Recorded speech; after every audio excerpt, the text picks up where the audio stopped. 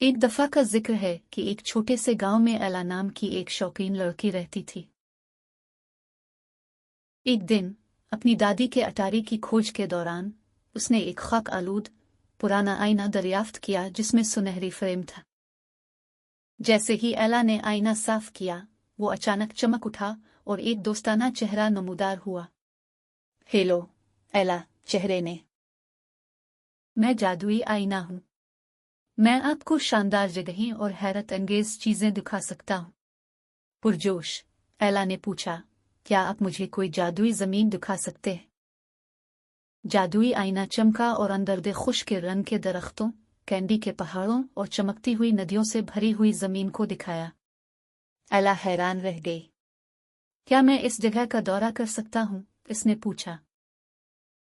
एक धीमी हंसी के साथ मैजिक मिरर ने जवाब दिया, आंखें बंद करो और दिल से ख्वाहिश करो।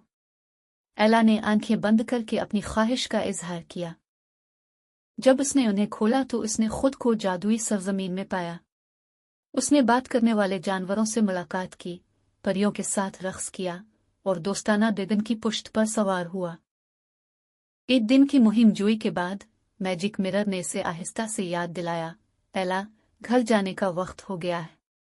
शुक्रगुजार दिल के साथ एला ने वापस आना चाहा और पलक झपकते ही वो वापस अटारी में आ गए। उसने मैजिक मिरर को गले लगाया। हैरत अंगेज मुहिम जोई के लिए आपका शुक्रिया। इस दिन से जब भी एला थोड़ा सा जादू चाहती थी, वो बिल्कुल जानती थी उसे कहाँ तलाश करना है।